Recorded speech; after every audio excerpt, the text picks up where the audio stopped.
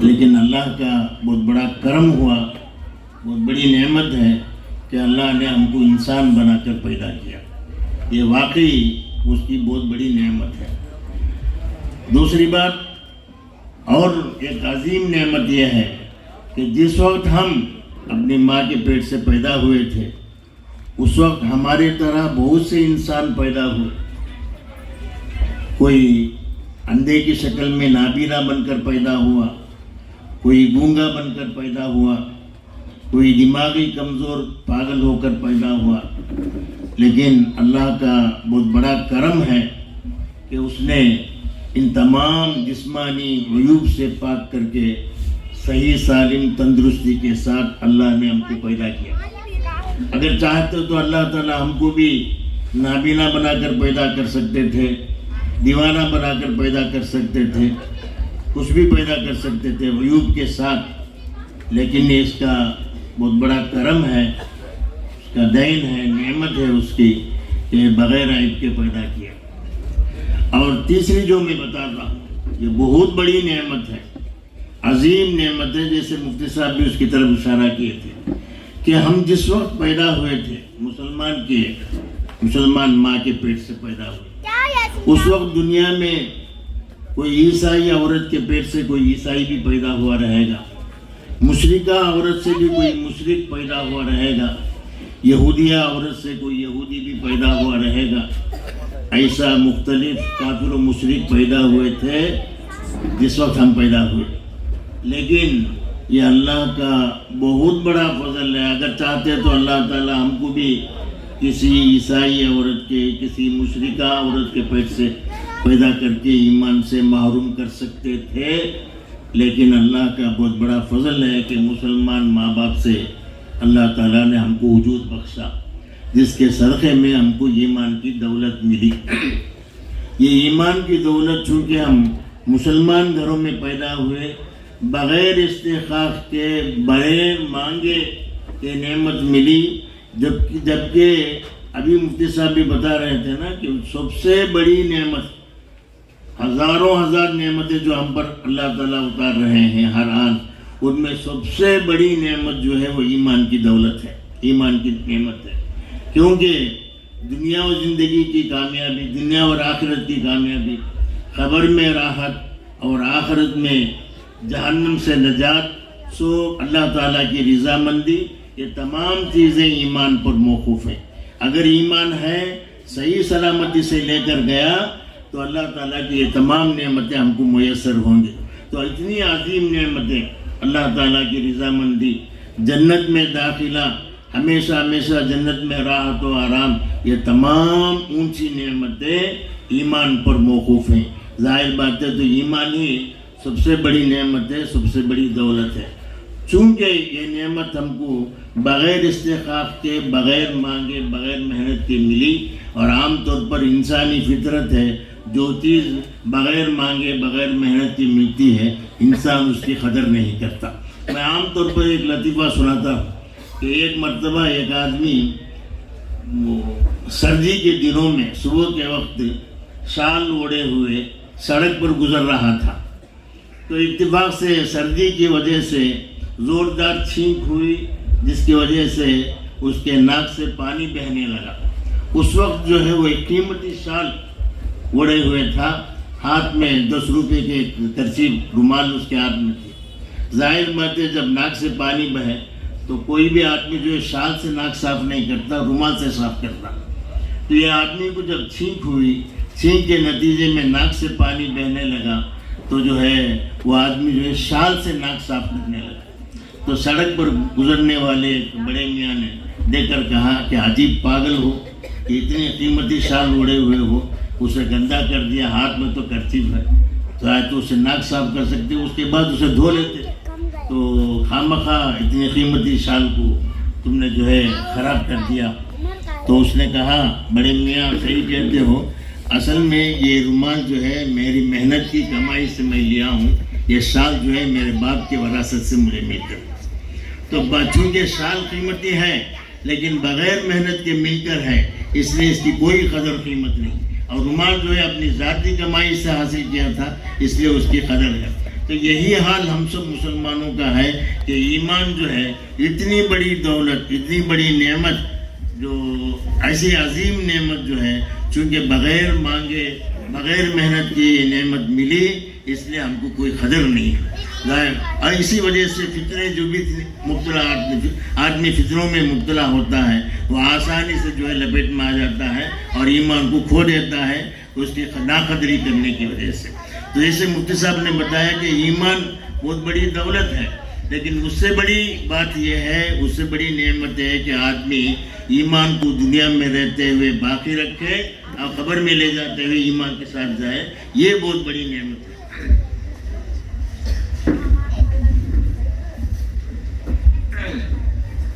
اس ایمان تو اللہ تعالیٰ دے دیا، آدھا کام ہو گیا۔ الحمدللہ مسلمان ماں باپ کے پیٹ سے پیدا ہوئے، اس لیے ایمان کی دولت مل گئی۔ اب کیسے باقی رکھیں اسے کیسے خبر تک لے جائیں، اسے باقی رکھنے کی کیا صورت ہے؟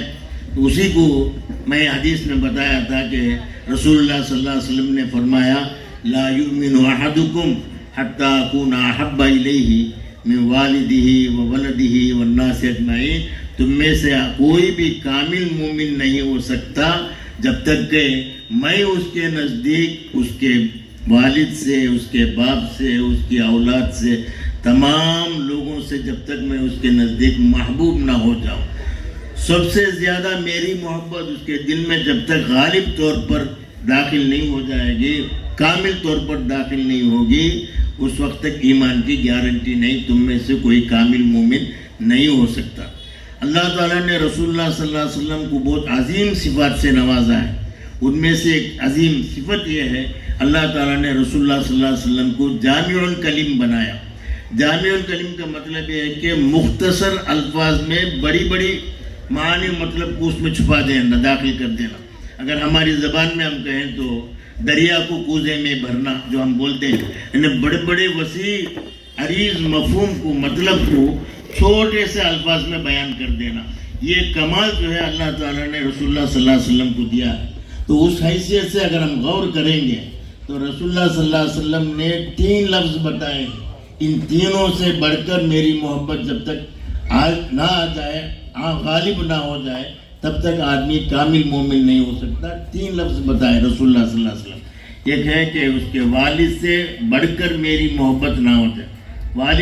والد کا مطلب یہ نہیں جس سے ہم پیدا ہوئے، یہی حضور کے کہنے کا مطلب ہے کہ والد کا مطلب صرف جو جنم دیا وہ نہیں ہے، بلکہ ان کے والد، دادا، پردادا، ایسے ہی جتنے سلسلہ حضرت آدم علیہ السلام تک چلتا رہے گا، یہ سب ہمارے والد، میرے والد، میرے والد کے والد، ان کے والد، ان کے والد، ایسے ہی آدم علیہ السلام تک۔ تو حضور کے کہنے کا مطلب یہ ہے کہ جب تک یہ والد کا سلسلہ، والد سے جنم دینے والے سے شروع ہو کر حضرت آدم علیہ السلام تک پہنچتا ہے، ان تمام لوگوں سے میری محبت جب تک نہیں بڑھے گی تب تک آدمی کامل مومن نہیں ہو سکتا، یہ کہنے کا مطلب ہے۔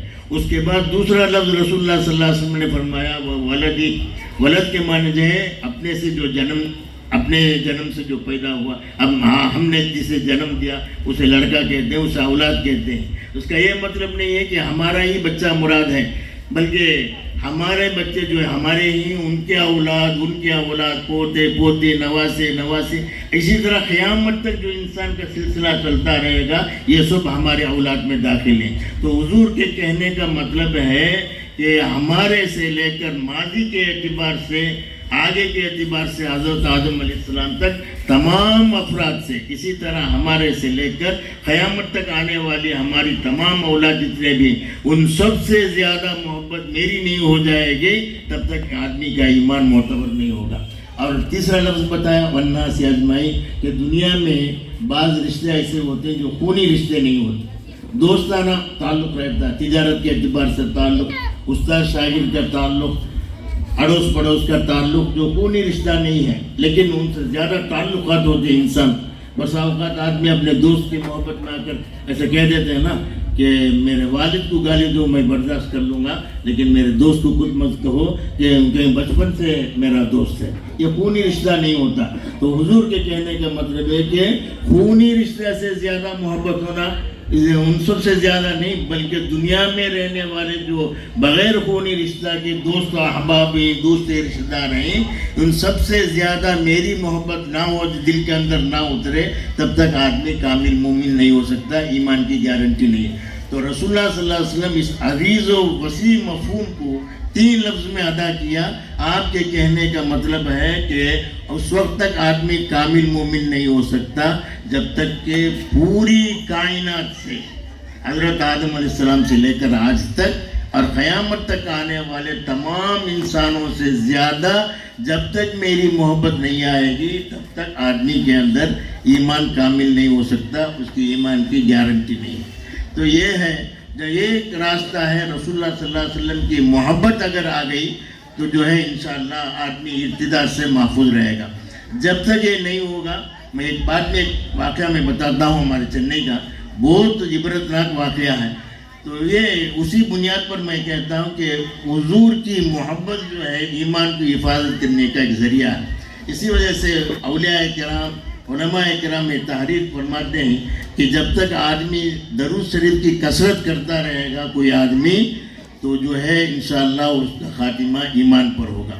حسن خاتمہ کا شر خاتمہ کا خوف اس کے اندر نہیں رہے گا جو آدمی کثرت سے درود شریف کی عادت رکھے گا، کیونکہ درود شریف کی کثرت سے حضور کی محبت دل میں پیدا ہوتی ہے، اور حضور کی محبت جب دل میں آ جاتی ہے پھر جو ہے آدمی کسی فتنہ، کسی ارتداد میں مبتلا نہیں ہوتا۔ تو یہ ہے رسول اللہ صلی اللہ علیہ وسلم کی محبت۔ یہ محبت کیسے حاصل ہوگی، کیسے حضور سے ہمارا تعلق ہوگا؟ خود اللہ تعالیٰ نے فرمایا کہ آپ فرما دیجئے ان کنتم تحبون اللہ فاتبعونی، اگر تم اللہ سے محبت رکھنا چاہتے ہو، اللہ کی محبت تمہارے دل میں اترنا ہے اور آخرت میں نجات پانا ہے، تو اس کا ایک ہی راستہ ہے کہ میری اتباع کرو۔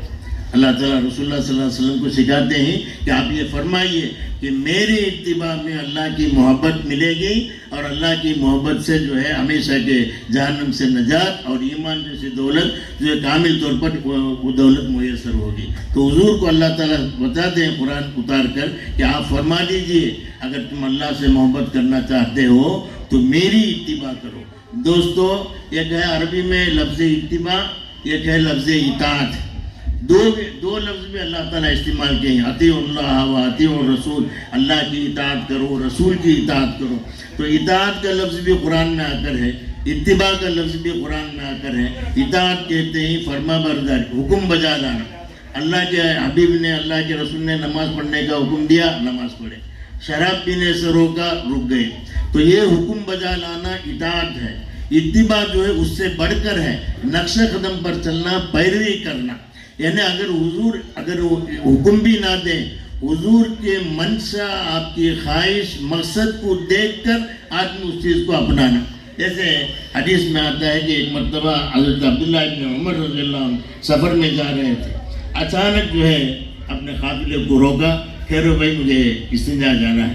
تو ایک جگہ پہنچے، تلاش کیا، وہاں بیٹھ کر استنجا کیے، پھر اٹھ کر آ گئے۔ پھر آ کر فرمایا دوستوں مجھے کوئی استنجا کا تقاضا نہیں تھا، ایک مرتبہ رسول اللہ صلی اللہ علیہ وسلم کے ساتھ میں سفر کر رہا تھا، اس مقام میں رسول اللہ صلی اللہ علیہ وسلم نے استنجا فرمایا، تو آپ کی اتباع میں نے بھی یہاں استنجا کیا۔ تو ظاہر بات حضور تو کبھی نہیں کسی کو حکم نہیں دے کہ جہاں بھی ادھر سے گزرو گے، جب بھی گزرو گے تو یہاں آ کر استنجا کرو، یہ تو حکم نہیں دیا تھا حضور نے۔ صرف حضرت عبداللہ ابن عمر نے وہ منظر دیکھا، حضور کی اتباع میں انہوں نے یہ کام کیا۔ اسی طرح ایک واقعہ آتا ہے کہ ایک صاحب بہت دور سے تشریف لائے مکہ معظمہ، اگر رسول اللہ صلی اللہ علیہ وسلم کے پاس آ کر بیٹھا اور کہا کہ بہت دور سے میں آیا ہوں، آپ کے بارے میں سنا ہوں، آپ کے ہاتھ پر بیعت ہونے، ایمان لے آنے کے لیے میں آیا ہوں، آپ کلمہ پڑھائیے۔ تو حضور نے کلمہ پڑھایا تو وہ ایمان میں داخل ہوئے، صحابی بنے۔ تو اس کے بعد انہوں نے فرمایا یا رسول اللہ میں بہت دور سے آیا ہوں، پھر اگر میں یہاں سے جاؤں گا پتہ نہیں میری زندگی ساتھ دے گی یا نہیں، پھر مجھے آپ سے ملاقات ہو سکتی ہے یا نہیں، اس لیے آپ شریعت پر کچھ عمل کرنے کے لیے کچھ مجھے احکام مجھے بتا دیجئے۔ تو اس وقت رسول اللہ صلی اللہ علیہ وسلم نے جو احکام آپ پر نازل ہوئے تھے ان احکام کی تلقین فرمائی حضور نے، وہ صاحب کو سن کر چلے گئے۔ پھر روایتوں میں آتا ہے پھر ان کی ملاقات حضور سے نہیں ہوئی، رسول اللہ صلی اللہ علیہ وسلم دنیا سے پردہ فرما چکے تھے۔ جب جب وہ اپنے یہاں پہنچ کر جب وہ دین کی تبلیغ کرنا شروع کیا، اسلام کی طرف لوگوں کو دعوت دینے لگے، تو بہت سے لوگ ایمان قبول کیا، بہت سے لوگ ان کے شاگرد بنے۔ تو ایک مرتبہ وہ ہمیشہ اپنے کرتے میں جو ہے گنڈی کھلا رکھتے تھے، ایسا گریبان چاک کر رکھتے تھے، کھلے گریبان کے ساتھ رہتے تھے، چاہے گرمی ہو چاہے سردی ہو، ہمیشہ کھلے گریبان کے ساتھ رہتے تھے۔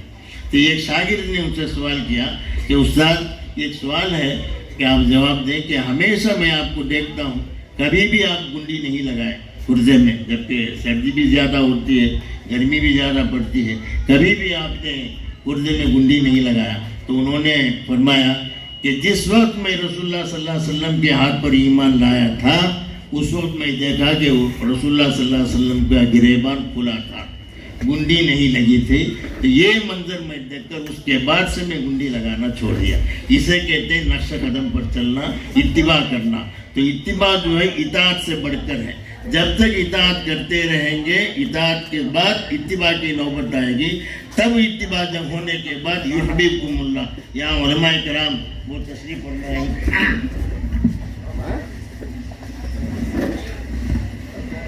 عربی کا گرامر ہے نحو، علماء حضرات جانتے ہیں کہ علماء حضرات سے معذرت کرتے ہوئے تھوڑی دیر میں علماء سے بھی بات کر لیتا ہوں کہ امر کا صیغہ ہے نا، امر کے صیغہ کے بعد فعل مضارع ہے، اس میں فا نہ ہو تو اسے جزم ملتا ہے۔ فاتبعونی یحببکم اللہ، فاذکرونی اذکرکم، ربنا ابصرنا وسمعنا فارجعنا نعمل صالحا۔ جہاں بھی فعل امر آتا ہے، فعل امر کے بعد مضارع ہو، اس میں فا نہ ہو تو اس فعل مضارع کو جزم دیا جاتا ہے، اس کے پہلے شرط محذوف ہے۔ آپ حضرات نحو میں پڑھے رہیں گے کہ شرط محذوف کے وہ جواب بن کر آنے کی وجہ سے، جواب شرط بننے کی وجہ سے اس فعل مضارع کو جزم ملتا ہے۔ یعنی فاذکرونی ان تذکرونی یذکرکم، اذکرکم، میں اگر تم اللہ کو ادا کر فرماتے فاذکرونی، تم مجھے یاد کرو، ان تذکرونی، اگر تم مجھے یاد کرو گے، اذکرکم، میں تمہیں یاد کروں گے۔ جواب شرط ہے، اور جواب شرط رہنے کی وجہ سے، فعل مضارع رہنے کی وجہ سے اسے جزم ملتا ہے۔ اسی طرح ربنا ابصرنا وسمعنا فرجعنا ان ترجعنا نعمل صالح، اگر تو ہم دنیا کفار کہیں گے، ہم یہاں کر دیکھ لیا قیامت کا پورا منظر ہم کو سمجھ میں آ گیا، اس لیے ہم کو دنیا میں واپس بھیج دو، اگر تو ہم کو دنیا میں واپس بھیج دے گا تو ہم نیک عمل کریں گے۔ یہ جواب شرط ہے، جواب شرط رہنے کی وجہ سے جزم ملا ہے۔ اسی طرح ان فتبعونی امر کا صیغہ ہے، تم میری اتباع کرو، ان تتبعونی یحببکم اللہ، اگر تم میری اتباع کرو گے تو اللہ تعالیٰ تم سے محبت کرے گا۔ حالانکہ ظاہری آیت کا تقاضا یہ تھا، یہ کہنا چاہیے تھا اللہ تعالیٰ کو اگر تم میری اتباع کرو گے اس کے نتیجے میں تم اللہ سے محبت کرنے والے ہو جاؤ گے۔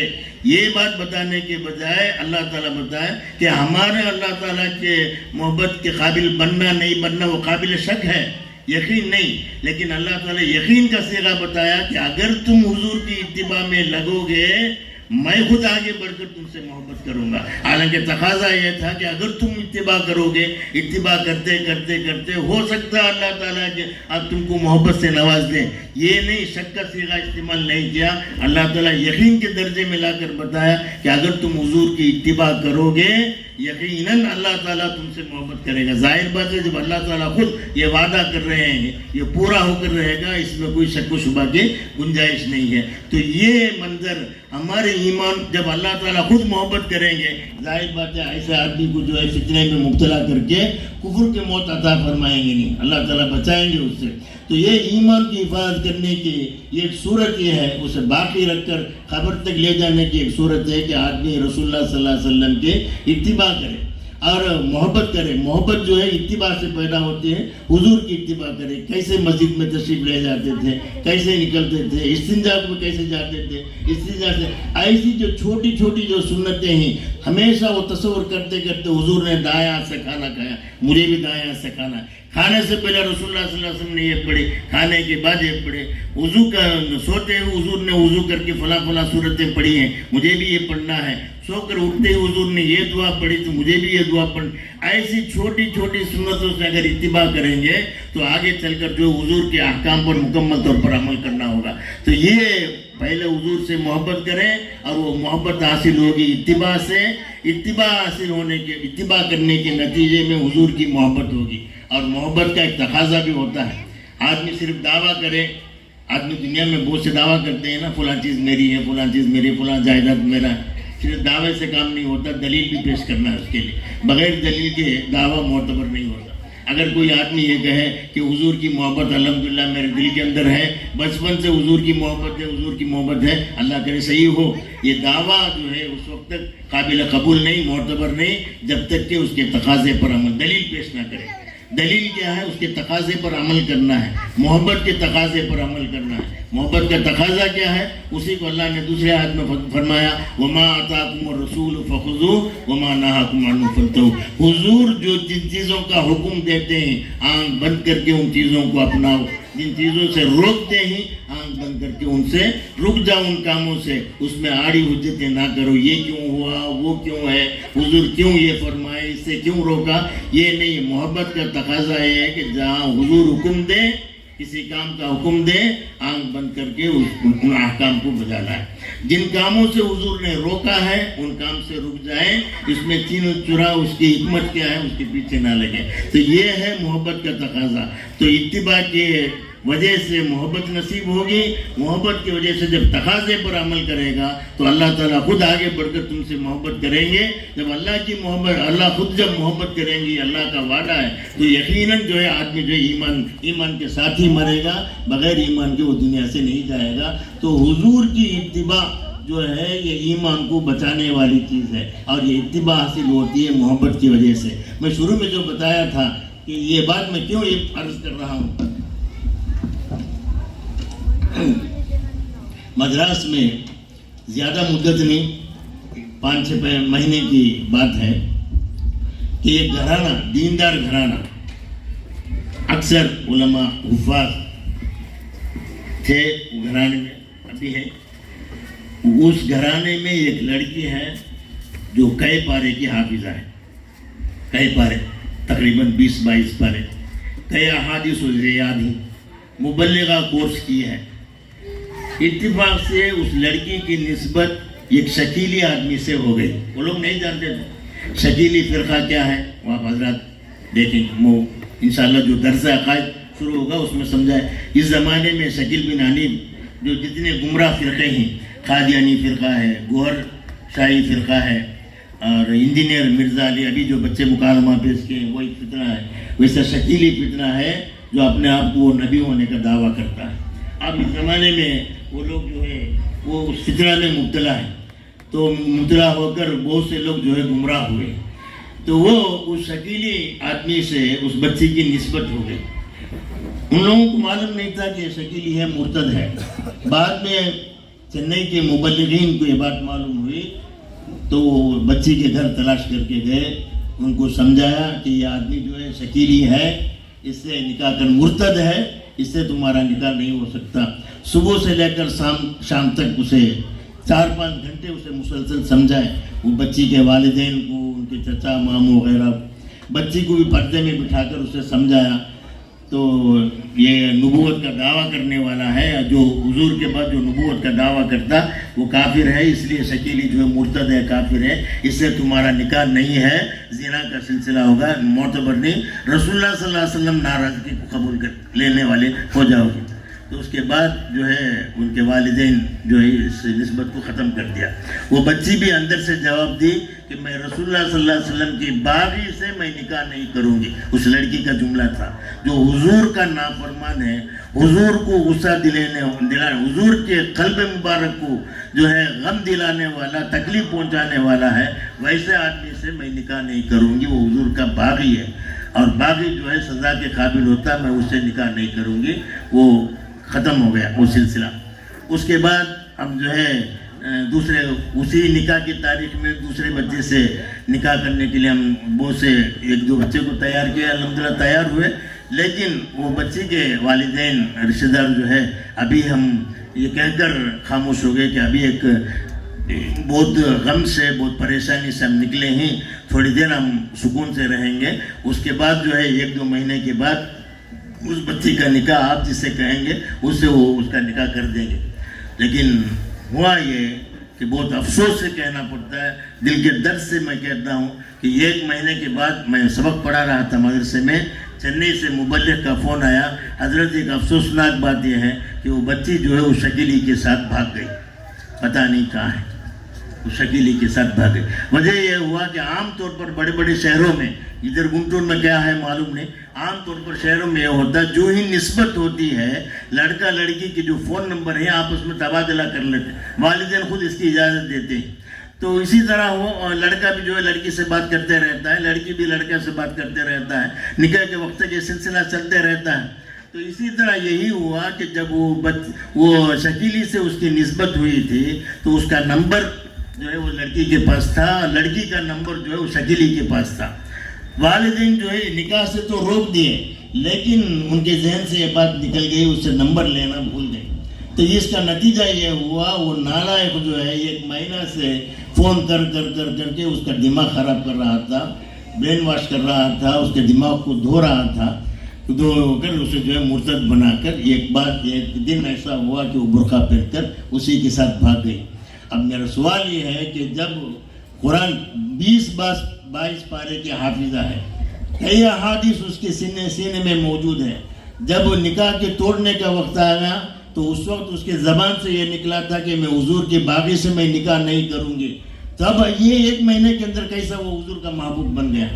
تو اصل بات یہ ہے کہ اس کے اندر اس بچی کے دل میں علم دین تھا، قرآن تھا، حدیث تھے، علم دین تھا، محبت رسول نہیں تھی، اس سے انہیں کورا تھی۔ تو محبت نہیں ہونے کی وجہ سے کسی اور کی محبت اس کے دل میں داخل ہو گئی۔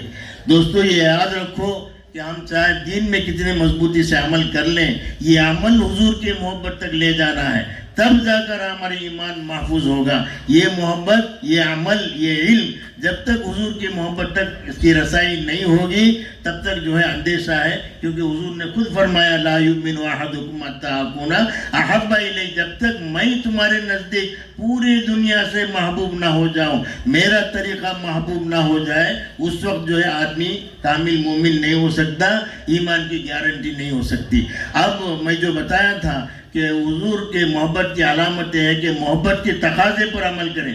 محبت کا تقاضا کیا؟ وما آتاکم الرسول فخذوہ، اللہ نے رسول اللہ صلی اللہ علیہ وسلم جو حکم دیتے ہیں ان احکام کو اطاعت کرو، ان احکام کو بجا لاؤ، جن چیزوں سے حضور نے روکا ہے ان چیزوں سے رک جاؤ۔ یہ کیسے ہوگا؟ حضور کی محبت کے تقاضے پر کیسے عمل ہوگا؟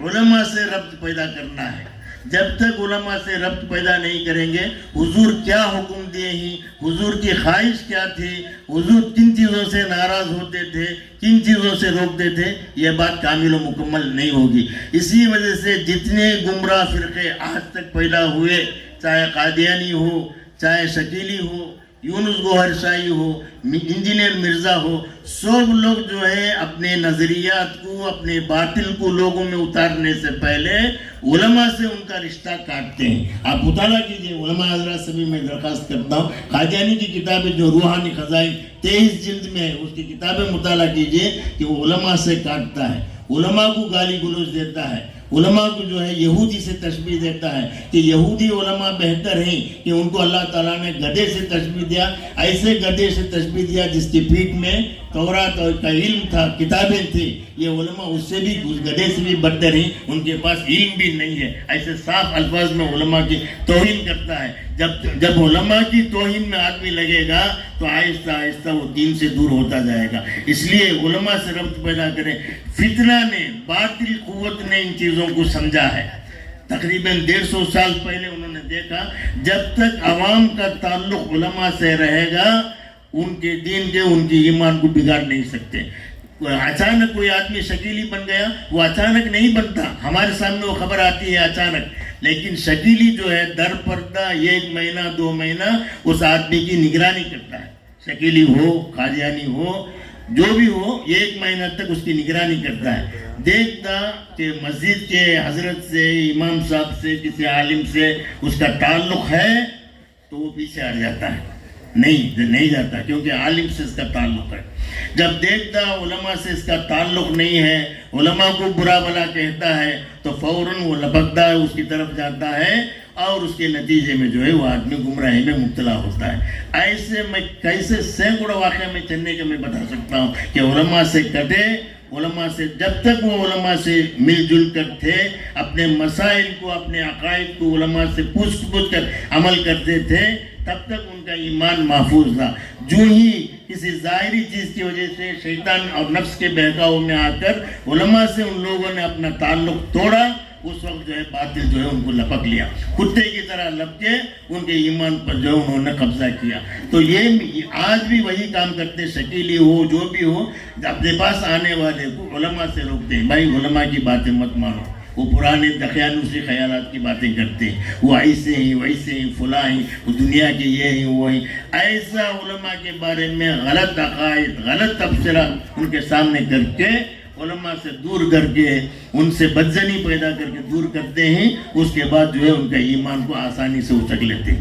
اسی طرح ایک تمل ناڈو کے علاقے میں ایک آدمی گور شاہی کی فطرہ میں مبتلا ہوا، جب ہم اس سے بات کرنے کے لیے گئے تو وہ بات کرنے تیار نہیں ہوا، یہی جواب دیتا تھا کہ تم علماء پر مجھے بھروسہ نہیں ہے، تم صحیح بات نہیں کہتے ہیں، ہمارے شیخ نے ہم کو اس سے روکا ہے۔ ایسا وہ جو ہے وہ دور ہوتا تھا۔ اس کے بعد اس کے رشتہ داروں کے پاس گئے، اسے سمجھائے، اس کے بعد یونس گوہر شاہی کی حقیقت ہم نے اسے سامنے بتایا، اس کے بعد وہ تائب ہوا۔ ایسے آپ حضرات سے میں یہ کرتا ہوں، چونکہ آئندہ ہفتہ جو درس عقائد شروع ہونے والا ہے، آپ حضرات اس میں شوق سے شریک ہوں، اپنے عقائد کو مضبوط کریں۔ جب تک ہمارا عقیدہ صحیح نہیں ہوگا، مضبوط نہیں ہوگا، صحیح بھی ہونا ہے، مضبوط بھی ہونا ہے۔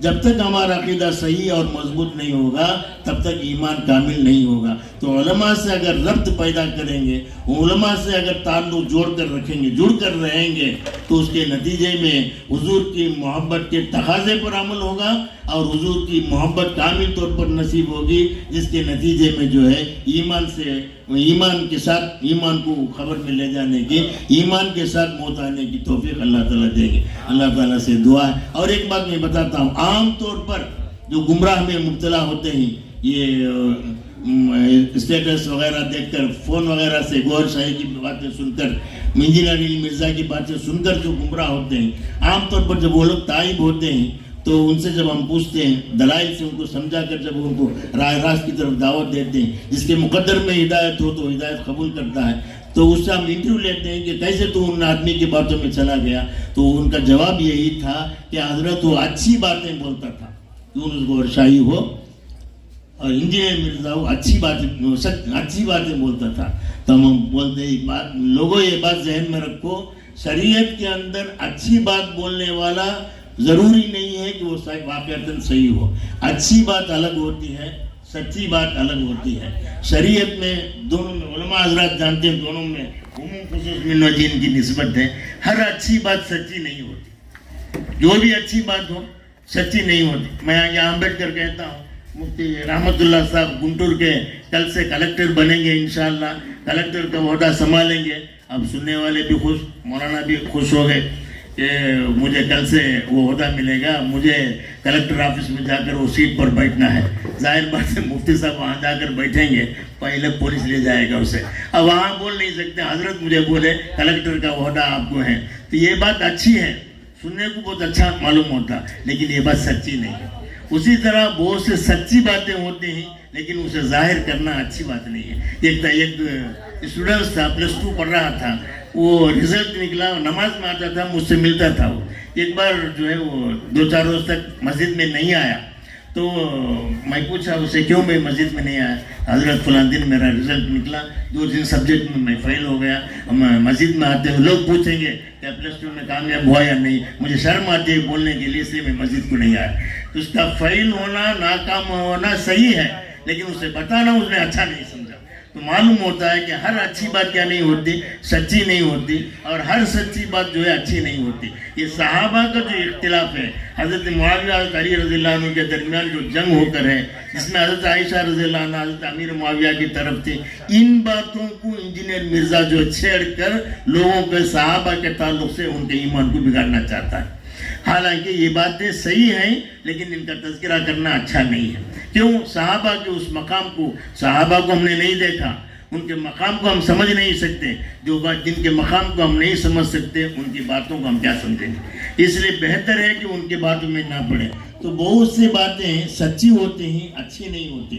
بہت سی باتیں اچھی ہوتی ہیں, سچی ہوتی ہیں. یہ یونس گوہر شاہی ہو, مرزا علی ہو, بسا اوقات تو اچھی باتیں کر لیتے ہیں لیکن سچی بات نہیں. شریعت میں اچھی بات ہونا کوئی ضروری نہیں ہے. اچھی اور خراب کو فرق کرنے کے لیے, اچھی بات اور خراب بات فرق کرنے کے لیے انسان کی عقل کافی ہے, لیکن سچی اور غلط بات کو سمجھنے کے لیے انسانی عقل کافی نہیں. وہ وحی کی ضرورت ہے, قرآن اور حدیث کی ضرورت ہے. قرآن جسے صحیح بات بتائے گا وہ صحیح ہے, قرآن جسے غلط کہے گا وہ غلط ہے.